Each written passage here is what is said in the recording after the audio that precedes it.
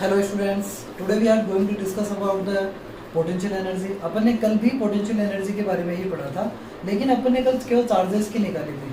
अगर अपन बात करें कि अपना कोई डाइपोल वो किसी एक इलेक्ट्रिक फील्ड में रखा हुआ है, तो उस पर लगने वाली पोटेंशियल एनर्जी कितनी होगी। चलिए अपन देखते हैं इसको। Potential energy of dipole in external field. किसी आउटर इलेक्ट्रिक फील्ड में अपना क्या रखा हुआ होगा, डाइपोल रखा हुआ हो, तो अपन सबसे पहले अपना इलेक्ट्रिक फील्ड बना लेते हैं। आपको देखते हैं, अपन नॉर्मली इससे बनाते आए हैं अपन। ये अपना क्या बन गया है,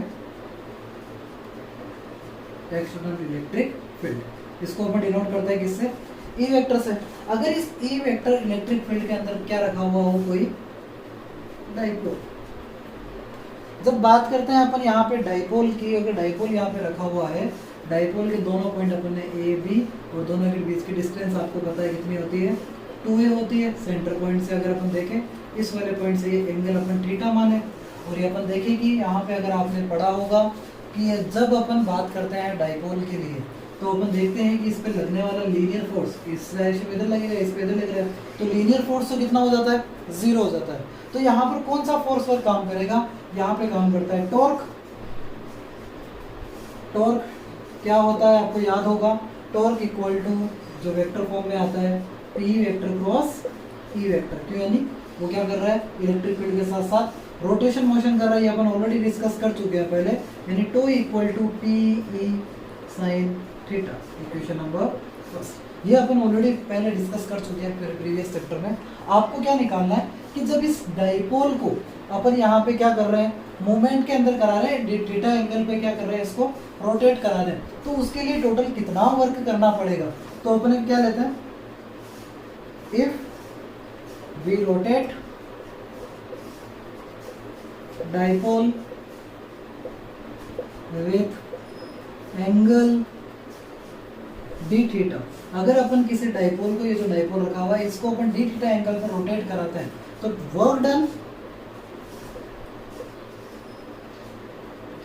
W, वर्क डन को किससे डिनोट करना है, W, और डी थीटा एंगल दिला रहे हैं, तो अपन यहाँ पे वर्क भी कितना आएगा, dW equal to torque multiple of d theta. आपको याद है वर्क इक्वल टू यहाँ पे फोर्स मल्टीपल डिस्प्लेसमेंट आ रहा है, डिस्प्लेसमेंट यहाँ पे अपने एंगुलर शेप में आ रहा है, तो टोटल वर्क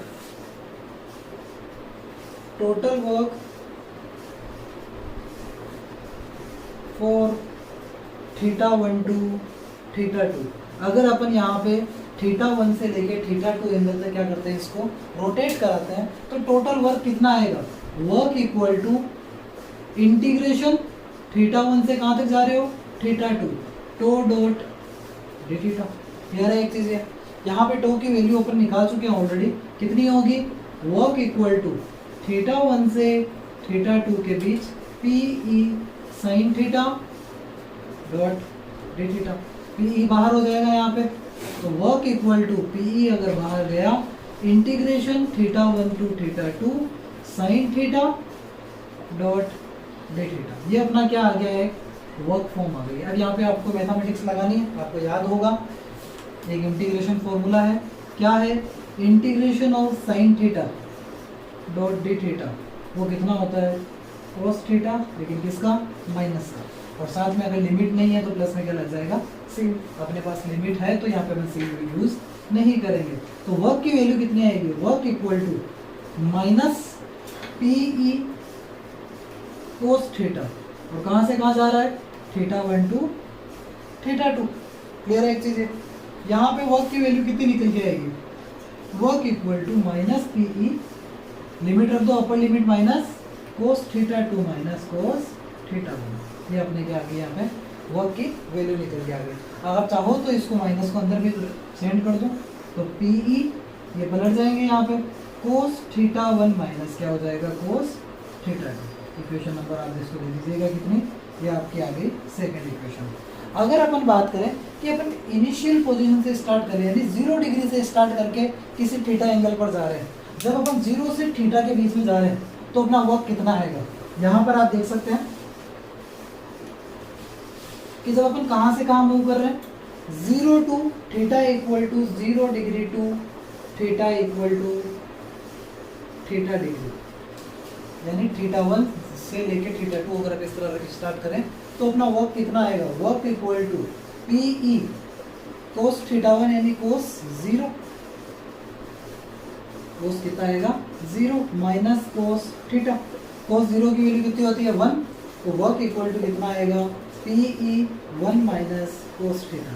और आपको एक चीज़ पता है, वर्क ही किसके इक्वल होता है, एनर्जी के इक्वल होता है, तो यहाँ पे अपन एनर्जी U1 इक्वल टू क्या मान लेते हैं PE 1 माइनस cos थीटा। ये आपकी इक्वेशन नंबर क्या दे दीजिए, आप इसको थर्ड दे दीजिए। यह आपकी आगे एक एनर्जी, नॉर्मल एनर्जी से रोटेशन की बात कर रहे हैं। अगर अपने पास जो डाइपोल है, वो डाइपोल अगर अपना इलेक्ट्रिक फील्ड के पैरेलल अगर होता था, यहाँ पे तो क्या था किसी न किसी एंगल के साथ घूम रहा था, अगर ये क्या होता था इलेक्ट्रिक फील्ड के पैरेलल होता था, तो जो टोटल डिस्प्लेसमेंट आता वो कितना रहता है हमेशा 2 है।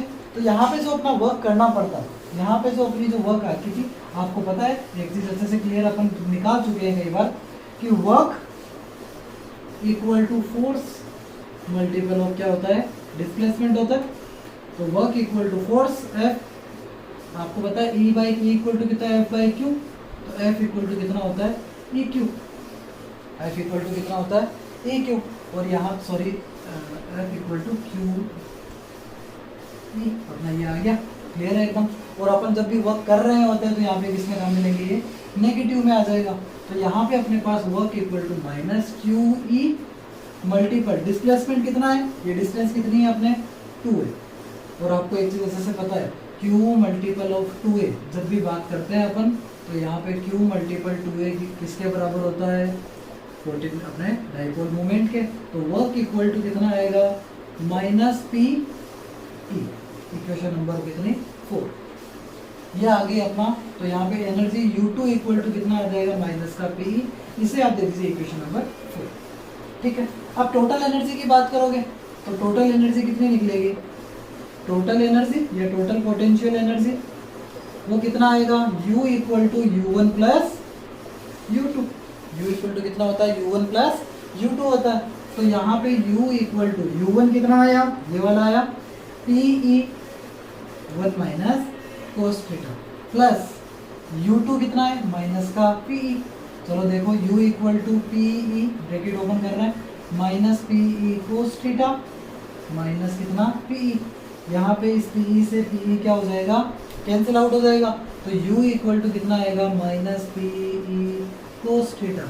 आपको एक चीज़ पता होगी, जब भी अपन एंगल काम में लेते हैं क्या cos थीटा, अपन ने शुरुआत की थी sin थीटा से, लेकिन अपन यहाँ पे क्या मिल रहा है अपने को cos थीटा मिल रहा है। जब भी किसी के साथ cos थीटा लगता है तो आपको दो आइडेंटिटी याद आती होगी दिमाग में, एक तो आपको पता है कि दो वेक्टर का, आपको पता है मोमेंटम भी क्या है वेक्टर फॉर्म है, इलेक्ट्रिक फील्ड भी क्या है वेक्टर फॉर्म है।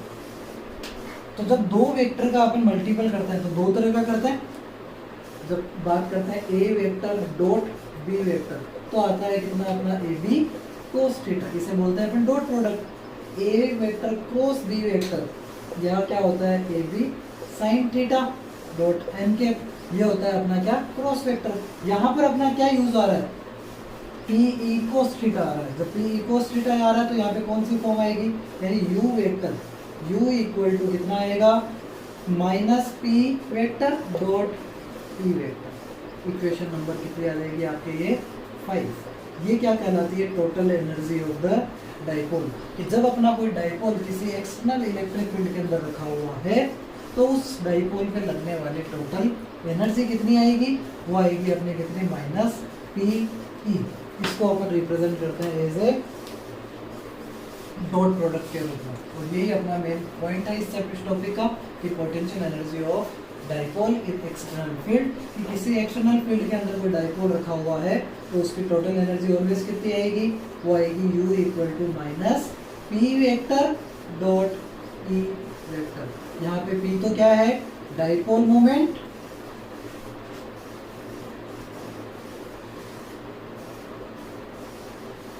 इसके अलावा अपना E क्या है इलेक्ट्रिक फील्ड, और U किसको रिप्रेजेंट कर रहा है पोटेंशियल एनर्जी। आई होप आपको ये अच्छे से समझ में आया होगा किस तरह अपन इसकी पोटेंशियल एनर्जी कैलकुलेट करते हैं। अगले में टॉपिक में अपन डिस्कस करेंगे कि किस तरह अपने जो पार्टिकल्स अपन काम में लेते हैं वो कंडक्टर, इंसुलेटर, और इसी के थ्रू अपन आगे बढ़ते हुए इस चैप्टर के सेकंड पार्ट में पहुंचेंगे जिसका नाम है क्या अपना कैपेसिटेंस। तब के लिए thank you, have a nice day students.